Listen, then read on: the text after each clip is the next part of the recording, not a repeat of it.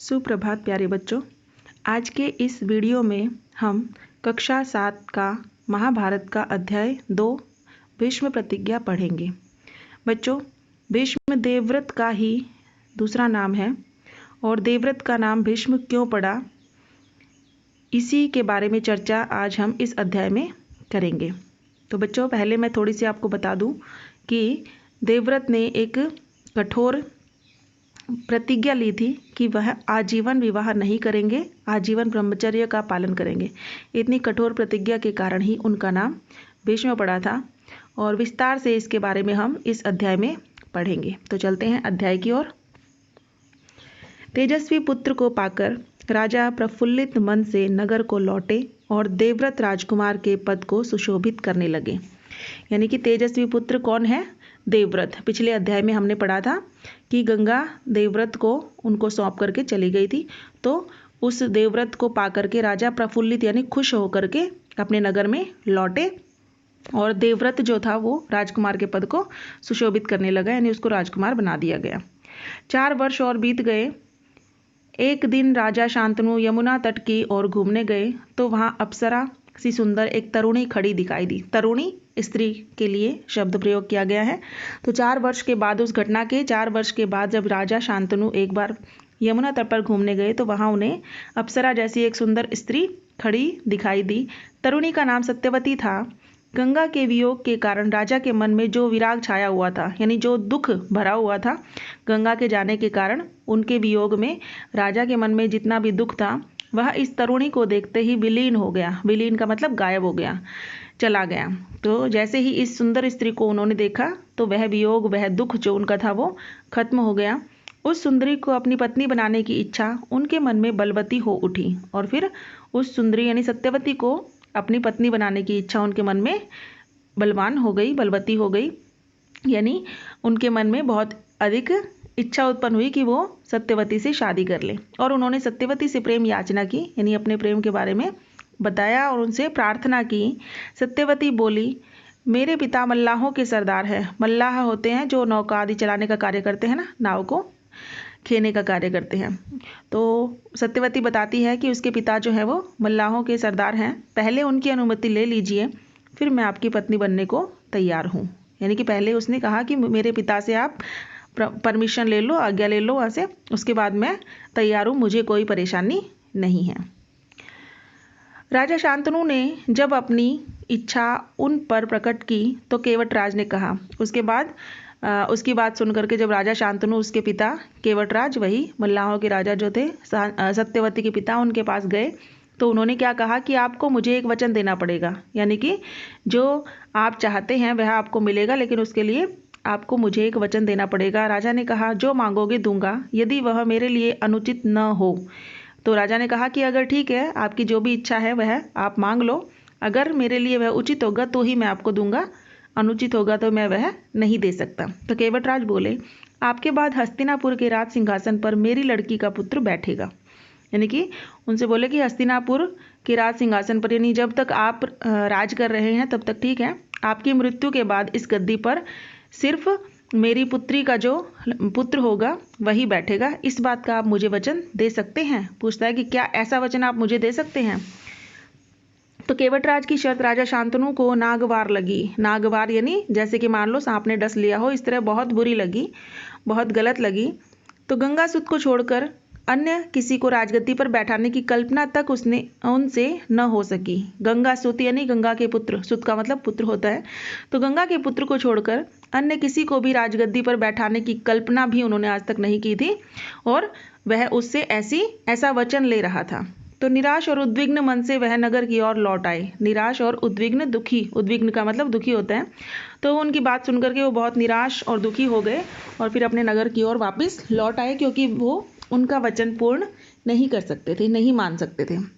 किसी से कुछ कह भी ना सके, यानी वो किसी से कुछ बता भी नहीं पाए इसके बारे में, पर चिंता उनके मन को कीड़े की तरह कुतर कुतर कर खाने लगी।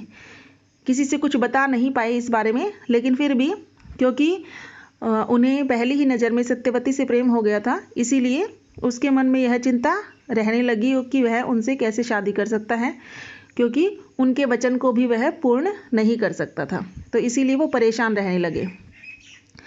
देवव्रत ने देखा कि उनके पिता के मन में कोई ना कोई व्यथा समाई हुई है। अब देवव्रत ने जैसे ही अपने पिता की तरफ देखा या पिता के साथ इतने दिन व्यवहार को देखा तो उन्हें लगा कि जरूर उनके मन में कोई ना कोई दुख है। व्यथा का मतलब होता है दुख, परेशानी, तकलीफ। तो एक दिन उसने शांतनु से पूछा, पिताजी, संसार का कोई भी सुख ऐसा नहीं है जो आपको प्राप्त न हो, फिर भी इधर कुछ दिनों से आप दुखी दिखाई दे रहे हैं, आपको किस बात की चिंता है? फिर अंत में उससे रुका नहीं जाता और वह अपने पिता से जाकर के स्वयं ही पूछ लेता है कि इस संसार में ऐसा कोई भी सुख नहीं है, यानी आपके पास धन दौलत सब कुछ है, सारे सुख, सारे ऐशो आराम है, ऐसा कोई भी सुख नहीं है जो आपके पास नहीं है, लेकिन फिर भी आप कुछ दिन से बहुत दुखी दिखाई दे रहे हैं, तो आपको किस बात की चिंता है, क्या परेशानी है, कृपा करके आप मुझे बताइए। तो यद्यपि शांतनु ने गोलमोल बातें बनाई, यानी शांतनु ने बातों को टालने की कोशिश की क्योंकि वह उसे वह बात नहीं बताना चाहते थे, फिर भी कुशाग्र बुद्धि, कुशाग्र होते हैं बहुत तेज बुद्धि, तीव्र बुद्धि, तो कुशाग्र बुद्धि देवव्रत को बात समझते देर न लगी, लेकिन फिर भी तीव्र बुद्धि वाले यानी बुद्धिमान जो देवव्रत था उन्होंने बात को समझ लिया कि कुछ न कुछ परेशानी है। उन्होंने राजा के सारथी से पूछताछ करके उस दिन केवटराज ने यमुना नदी के किनारे जो कुछ बातें हुई थी उनका पता लगा लिया। यानी कि फिर जब राजा शांतनु ने उनसे कुछ भी बात नहीं बताई तो उन्होंने उनके सारथी होता है जो रथ को चलाने वाला होता है, तो राजा के रथ को जो चलाने वाला सारथी था उनके साथ, उससे उन्होंने पूछा और फिर उस सारथी ने उन्हें वह सारी घटना बता दी जो उस केवटराज ने उसके सामने शर्त रखी थी।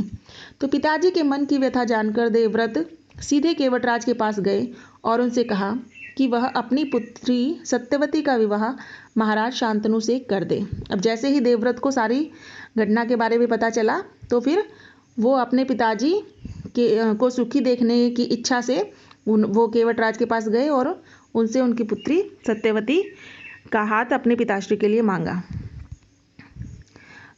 तो केवटराज ने वही शर्त दोहराई। फिर केवटराज ने उनके सामने भी वही शर्त रखी जो शर्त शांतनु के सामने रखी थी, जो उन्होंने शांतनु के सामने रखी थी। देवव्रत ने कहा, यदि तुम्हारी आपत्ति का कारण यही है तो मैं वचन देता हूँ कि मैं राज्य का लोभ नहीं करूँगा, सत्यवती का पुत्र ही मेरे पिता के बाद राजा बनेगा। फिर वह उन्हें वचन दे देता है कि अगर आपको इसी बात की चिंता है कि आपकी पुत्री का पुत्र आगे चलकर राजा ना बना तो क्या होगा, तो मैं आपको वचन देता हूँ कि मैं कभी भी अपने राज्य के लिए लोभ नहीं करूँगा, मैं कभी भी राज्य की राजगद्दी पर बैठने के लिए लोभ नहीं करूँगा और केवल आपकी पुत्री सत्यवती का पुत्र जो है वही मेरे पिताश्री के बाद राजा बनेगा, यानी उन्हें ही गद्दी मिलेगी। केवटराज इससे संतुष्ट न हुए, यानी इतना अधिक कहने पर, इतना वचन देने पर भी केवटराज सत्यवती के पिताश्री उनको संतुष्टि नहीं हुई। उन्होंने और दूर की सोची, फिर उन्होंने और दूर की यानी और भविष्य के बारे में सोचा। बोले, आर्यपुत्र, इस बात का मुझे पूरा भरोसा है कि आप अपने वचन पर अटल रहेंगे। क्या कहते हैं कि मुझे इस बात का पूरा भरोसा है कि आप तो अपने वचन पर अटल रहेंगे, यानी आप कभी भी राजगद्दी के लिए लोभ नहीं करेंगे, किंतु आपकी संतान से मैं वैसी आशा कैसे रख सकता हूँ। किंतु कहता है कि आपकी जो संतान होगी भविष्य में, तो आपकी संतान मेरी पुत्री का पुत्र होगा, उसकी संतान को राजगद्दी पर नहीं बैठने देगी, क्योंकि आप इतने बलवान हैं तो आपकी संतान भी बहुत बलवान होगी और फिर वो गद्दी मेरे जो पुत्री के पुत्र है, उनके पुत्र यानी उनके वंशजों को नहीं मिल पाएगी। यानी कि वो बहुत दूर की सोच रहे हैं। तो आप जैसे वीर का पुत्र भी तो वीर ही होगा, परंतु संभव है कि वह मेरे नाती से राज्य छीनने का प्रयत्न करे।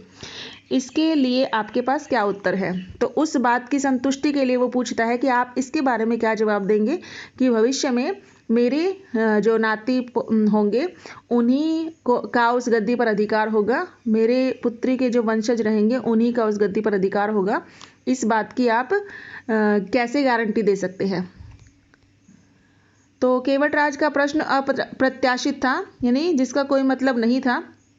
उसे संतुष्ट करने का यही अर्थ हो सकता था कि देवव्रत अपने भविष्य का भी बलिदान कर दे, यानी कि ऐसे में उसे संतुष्ट करने के लिए सिर्फ यही एक रास्ता था कि देवव्रत अपना भविष्य यानी कि अपने भविष्य में स्वयं हर चीज का बलिदान कर दे। किंतु पितृभक्त देवव्रत इससे जरा भी विचलित नहीं हुए, लेकिन देवभक्त देवव्रत जो थे अपने पिता से बहुत प्रेम करते थे, इसलिए उनकी इस बात पर भी वो जरा भी चिंतित नहीं हुए, विचलित नहीं हुए, हटे नहीं अपने मार्ग से और गंभीर स्वर में उन्होंने यह कहा कि मैं जीवन भर विवाह नहीं करूँगा, क्योंकि अगर जीवन भर वो विवाह नहीं करेंगे तो उनकी संतान नहीं होगी और संतान ही नहीं होगी तो उनकी जो आशंका है केवटराज की, वह भी कोई मायने नहीं रखेगी। तो इसीलिए गंभीर स्वर में उन्होंने कहा कि मैं जीवन भर विवाह नहीं करूँगा, आजन्म ब्रह्मचारी रहूँगा। ब्रह्मचारी जो विवाह नहीं करते उसी को कहते हैं। तो मेरे संतान ही न होगी, अब तो तुम संतुष्ट हो। तो उसके बाद वो कहता है कि अब तो तुम्हें कोई परेशानी नहीं है, क्योंकि मैं विवाह ही नहीं करूँगा, मैं यह प्रतिज्ञा लेता हूँ। तो किसी को आशा न थी कि तरुण कुमार ऐसी कठोर प्रतिज्ञा करेंगे, यानी किसी को उम्मीद भी नहीं थी कि देवव्रत ऐसी प्रतिज्ञा भी कर लेंगे। देवव्रत ने भयंकर प्रतिज्ञा की थी, इसीलिए उस दिन से उनका नाम भीष्म पड़ गया था।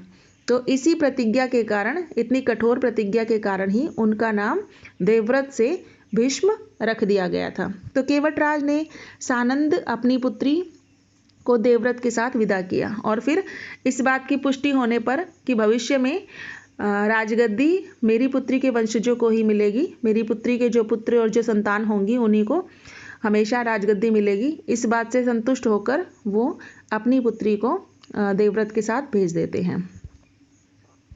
सत्यवती ने शांतनु के 2 पुत्र हुए, यानी सत्यवती के साथ शादी होने के बाद शांतनु और सत्यवती के 2 पुत्र हुए, जिनका नाम था चित्रांगद और विचित्र वीर्य। शांतनु के देहावसान पर चित्रांगद हस्तिनापुर के सिंहासन पर बैठे और उनके युद्ध में मारे जाने पर विचित्र वीर्य, यानी सबसे पहले चित्रांगद बैठे, उसके बाद जब युद्ध में वीरगति प्राप्त हुई तो उसके बाद विचित्र वीर्य को गद्दी मिली। विचित्र वीर्य की 2 रानियां थी, अंबिका और अंबालिका। अंबिका के पुत्र थे धृतराष्ट्र और अंबालिका के पुत्र पांडु। धृतराष्ट्र के पुत्र कौरव कहलाए और पांडु के पांडव। यह उनका वंश चला इस तरह से। तो महात्मा भीष्म शांतनु के बाद से कुरुक्षेत्र युद्ध का अंत होने तक उस विशाल राजवंश के सामान्य कुल नायक और पूज्य बने रहे। शांतनु के बाद कुरुवंश का क्रम यह रहा। आइए उनके वंश क्रम को अच्छे से समझते हैं एक तालिका के माध्यम से। तो सबसे ऊपर देखो शांतनु, यानी शांतनु की फिर 2 रानियां कौन कौन सी, एक गंगा थी और एक सत्यवती, दोनों से उनका विवाह हुआ था। गंगा से देवव्रत पुत्र उत्पन्न हुआ और देवव्रत ने फिर शादी नहीं की, इसलिए उनका वंश उधर से आगे नहीं बढ़ा। सत्यवती से उनके 2 पुत्र हुए, चित्रांगद और विचित्र वीर्य। अब चित्रांगद क्योंकि वीरगति को प्राप्त हो गए थे, इसलिए उनकी भी कोई संतान नहीं हुई। विचित्र वीर्य उन्होंने शादी की, 2 रानियां थी उनकी, अंबिका और अंबालिका। अंबिका से धृतराष्ट्र उत्पन्न हुए और अंबालिका से पांडु, और फिर धृतराष्ट्र के पुत्र जो हुए वो कौरव कहलाए और पांडु के पुत्र पांडव कहलाए। यह उनकी वंश परंपरा थी। तो बच्चों, मुझे उम्मीद है कि आज का यह अध्याय आपको बहुत अच्छे से समझ में आ गया होगा। तो आइए अब इसमें कुछ मुख्य प्रश्न जो बन सकते हैं वो प्रश्न देख लेते हैं। आपको वो सभी प्रश्न अपनी कॉपी में लिखने हैं। तो मुख्य प्रश्न है, प्रश्न नंबर 1, राजा शांतनु क्यों प्रसन्न थे? यानी शुरू में ही बताया गया था कि राजा शांतनु प्रफुल्ल मन से, प्रफुल्ल का मतलब ही प्रसन्न होता है, तो वो क्यों प्रसन्न थे, उनकी खुशी का क्या कारण था? दूसरा प्रश्न है, राजा शांतनु ने यमुना के तट पर क्या देखा? तीसरा प्रश्न है, सत्यवती को देखकर राजा शांतनु के मन में क्या विचार आया? चौथा प्रश्न है, केवटराज की क्या शर्त थी? अगला प्रश्न, राजा शांतनु क्यों चिंतित थे, किस वजह से उनकी चिंता थी, यह बताना है। अगला प्रश्न है, देवव्रत को पिता शांतनु के चिंतित होने का कारण किस प्रकार पता चला, यानी उन्होंने कैसे पता लगाया इसके बारे में। अगला प्रश्न है, देवव्रत का नाम भीष्म क्यों पड़ा? उससे अगला प्रश्न है, सत्यवती और शांतनु के कितने पुत्र हुए? अगला प्रश्न है, राजा शांतनु के बाद कौन हस्तिनापुर सिंहासन पर बैठा? उससे अगला है, चित्रांगद के युद्ध में मारे जाने के बाद हस्तिनापुर की राजगद्दी किसे दी गई? और अगला प्रश्न है, विचित्र वीर्य की कितनी रानियां थी, उनके नाम लिखो। और अंतिम प्रश्न है, अंबिका और अंबालिका के पुत्रों के नाम लिखो। तो ये सभी प्रश्न आपको स्वयं हल करने हैं। अगर किसी प्रश्न में किसी को कोई आपत्ति हो, कुछ भी समझ में ना आए, तो आप मुझे मैसेज करके पूछ सकते हैं। धन्यवाद।